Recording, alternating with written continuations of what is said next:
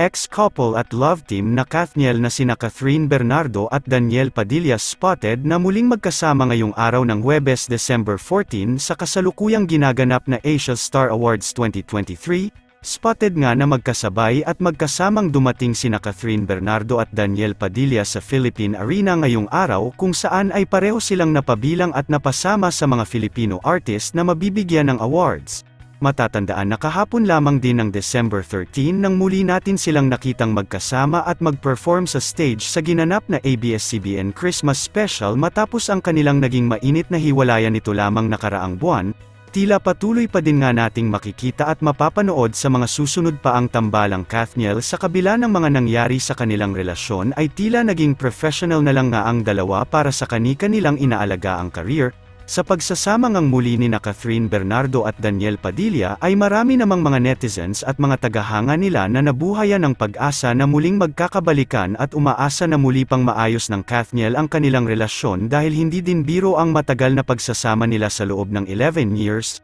Ngunit may iilan naman na nagsasabing sana ay good friendship na lang ang namamagitan sa dalawa at hindi na muling bilang isang mag-couple dahil may limit na din ang relasyon nila at tama na din daw umano ang mga sinakripisyo ni Catherine Bernardo para kay Daniel Padilla. Samantala, narito ang iilang kaganapan sa naganap na Asia Star Awards 2023 ngayong araw kung saan spotted na muling magkasama ang Kathniel na sina Catherine Bernardo at Daniel Padilla.